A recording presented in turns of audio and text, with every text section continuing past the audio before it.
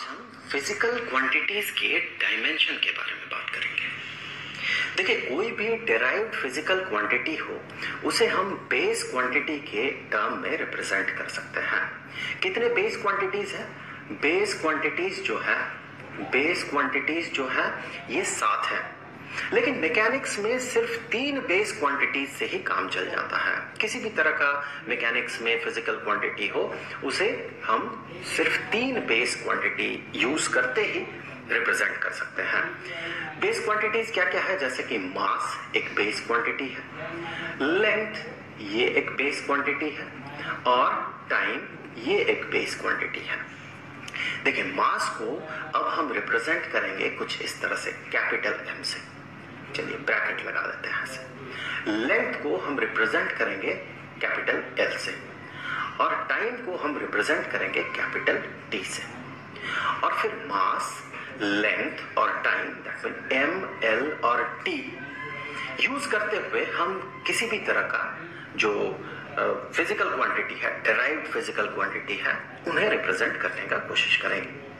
देखिए, यहां मैं फिर से बता दूं कि 7 बेस क्वांटिटीज होते हैं, मास, लेंथ, टाइम, और फिर टेम्परेचर, उसे थर्मोडायनामिक टेम्परेचर भी कहा जाता है, इलेक्ट्रिक करंट और ल्यूमिनस इंटेंसिटी, और फिर सब्सटेंस, अमाउंट ऑफ सब्सटेंस, जिसे कि मोल से रिप्रेजेंट किया जाता है। तो उन चारों के बारे में अभी इस वीडियो में हम बात नहीं करेंगे, क्योंकि मैकेनिक्स में सिर्फ 3 से ही हमारा काम चल जाएगा। चलिए देखते हैं हमें अब करना क्या है। देखिए, सबसे पहले एग्जांपल लेते हैं वेलोसिटी। क्या वेलोसिटी आपको तो पता ही है क्या है। वेलोसिटी को हम v से रिप्रेजेंट करते हैं। Velocity is displacement over time. तो ऐसे ही हम वेलोसिटी का फॉर्मूला लिखते हैं, डिस्प्लेसमेंट ओवर टाइम। अब देखिए, ये जो डिस्प्लेसमेंट है, डिस्प्लेसमेंट क्या है? डिस्प्लेसमेंट एक लेंथ है। तो डिस्प्लेसमेंट के लिए L, और डिवाइडेड बाय जो टाइम है, टाइम के लिए T। तो अब हमें मिल गया जो वेलोसिटी है उसका डायमेंशनल फॉर्मूला। चलिए थोड़ा और इससे हमें आगे बढ़ना होगा। इसी को हम अब कुछ ऐसे रिप्रेजेंट कर सकते हैं, L T to the power -1, क्योंकि T जो है ये डिनोमिनेटर में है। तो अब हमें क्या मिला? हमें मिला वेलोसिटी के लिए डायमेंशनल फॉर्मूला, उसका डायमेंशनल फॉर्मूला। देखिए, वेलोसिटी एक डेराइव्ड फिजिकल क्वांटिटी है, उसे हमने बेस क्वांटिटीज के टर्म में रिप्रेजेंट किया। बेस क्वांटिटी यहाँ पर देखिए लेंथ, और यहाँ पर टाइम। तो ये जो है इसे कहा जाता है डायमेंशनल फॉर्मूला। Dimensional formula. और ये जो फॉर्मूला है ये किसका dimensional formula? This dimensional formula for velocity का ये डायमेंशनल फॉर्मूला है।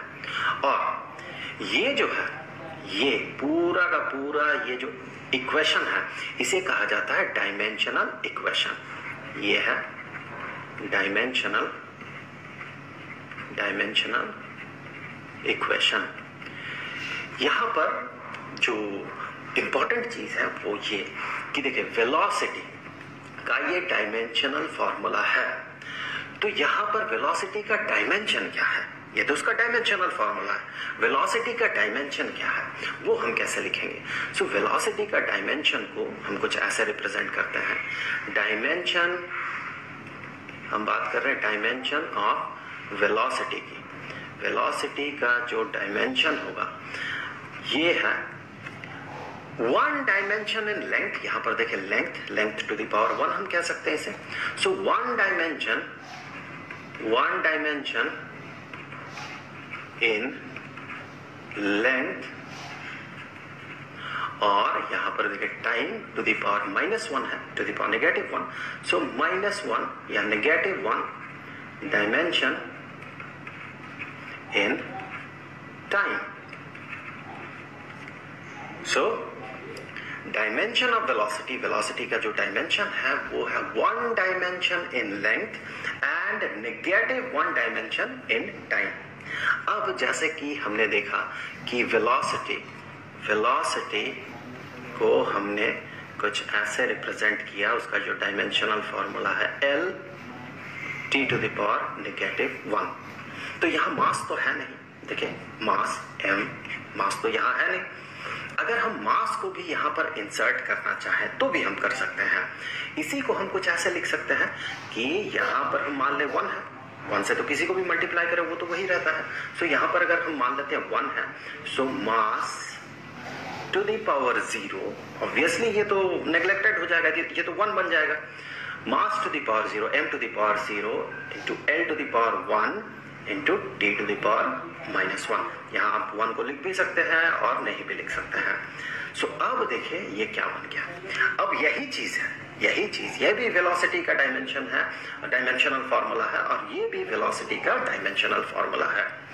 तो इस तरह से अगर हम वेलोसिटी का डायमेंशनल फॉर्मूला को रिप्रेजेंट करें तो हम यहाँ पर साथ ही साथ ये भी कह सकते हैं, देखिए ये कहना मैंडेटरी ही है ऐसा नहीं, ये भी कह सकते हैं कि dimension of velocity is 1 dimension in length, -1 dimension in time and 0 dimension in mass, 0 dimension in mass. तो हमने क्या देखा इस छोटे से पार्ट में? हमने ये देखा कि डायमेंशनल फॉर्मूला क्या होता है। किसी भी डेराइव्ड क्वांटिटी को बेस क्वांटिटी के टर्म में रिप्रेजेंट करते हुए ऐसे जब हम स्क्वायर ब्रैकेट लगा कर रिप्रेजेंट करते हैं तो उसे हम कहते हैं उस फिजिकल क्वांटिटी का डायमेंशनल फॉर्मूला। अब एक साथ ये जो इक्वेशन बना इसे कहा जाता है डायमेंशनल इक्वेशन। और कोई भी फिजिकल क्वांटिटी जब रिप्रेजेंटेड होता है बेस क्वांटिटी के टर्म में तो उन बेस क्वांटिटीज का जो पावर रहता है, जैसे कि यहाँ l टू द पावर 1 है, वो जो पावर होता है उसे हम कहते हैं dimension in that base quantity. जैसे कि वेलोसिटी का जो डायमेंशन की बात हम कर रहे थे तो वो डायमेंशन कितना था? 1 डायमेंशन, ये वाला 1 डायमेंशन इन लेंथ, इस लेंथ में 1 डायमेंशन, -1 डायमेंशन इन टाइम। तो ये हो गया डायमेंशंस, उस फिजिकल क्वांटिटी का डायमेंशन। अब इसी नॉलेज को यूज करते हुए हम आगे मैकेनिक्स में यूज होने वाला और भी बहुत सारे डेराइव्ड क्वांटिटीज के लिए हम डायमेंशनल फॉर्मूला बनाएंगे। अब आते हैं एक्सेलरेशन पे। एक्सेलरेशन को हम a से रिप्रेजेंट करते हैं। तो एक्सेलरेशन क्या है? Acceleration is change in velocity divided by change in time. So acceleration is change in velocity in unit time. So change in velocity divided by change in time. अब देखिए change in velocity जो है ये एक तरह का velocity ही है। So change in velocity मतलब यहाँ पर dimension जो होगा ये velocity का होगा, divided by time के लिए time वाला dimension। अब इसी को हम ऐसे रिप्रेजेंट कर सकते हैं। देखिए वेलोसिटी का जो डायमेंशन है वो ये है। चलिए m टू द पावर 0 को अगर नहीं लिखे तो l to the power 1 t to the power -1। So ये हो गया वेलोसिटी का डायमेंशन डिवाइडेड बाय टाइम। अब इसी को हम कुछ ऐसे रिप्रेजेंट कर सकते हैं कि एक्सेलरेशन का जो डायमेंशन है वो है l टू द पावर 1 और t टू द पावर -1 और डिनोमिनेटर में फिर से t है तो t टू द पावर -2। तो ये हो गया एक्सेलरेशन का डायमेंशन। यहां पर मैं आपको एक ट्रिक बता रहा हूं। अगर आप इस तरह से आगे बढ़ना नहीं चाहते हैं और अगर आप फिजिकल क्वांटिटीज के यूनिट्स के साथ यूज्ड टू हैं, जैसे एक्सेलरेशन, उसका ऐसा यूनिट क्या होता है? मीटर पर सेकंड स्क्वायर। सो मीटर पर सेकंड स्क्वायर ये इसका SI यूनिट है। वैसे आप किसी भी तरह का यूनिट को कंसिडर कर सकते हैं। हम लोग नॉर्मली ज्यादा यूज करते हैं SI यूनिट, इसीलिए मैंने यहाँ SI यूनिट को कंसिडर किया। सो एक्सेलरेशन का यूनिट होता है मीटर पर सेकंड स्क्वायर। ये आप स्टैंडर्ड 9th में पढ़े थे। सो मीटर पर सेकंड स्क्वायर। यहाँ पर मीटर क्या है? देखिए मीटर तो लेंथ है, लेंथ का यूनिट है, सेकंड टाइम का यूनिट है। तो सीधे आप यहाँ से कह सकते हैं मीटर के लिए ये l टू द पावर 1 और सेकंड के लिए t तो t टू द पावर -2, ये वाला जो -2 है। सो ये बन गया डायमेंशन किसका? एक्सेलरेशन का। अब आते हैं फोर्स के डायमेंशन पे। सो फोर्स अगला जो है ये है फोर्स सो फोर्स का डायमेंशन हम पता करेंगे। फोर्स एफ से रिप्रेजेंट कर देते हैं इसे। फोर्स है क्या? फोर्स है मास इनटू एक्सेलरेशन।